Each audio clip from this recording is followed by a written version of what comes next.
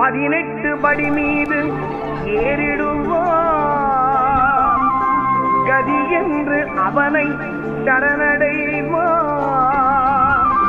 அதிமுகம் கண்டே மயங்கிடுவார். ஐயனை துதிக்கையிலே தன்னையே மறந்திடுவார். கள்ளி கட்டு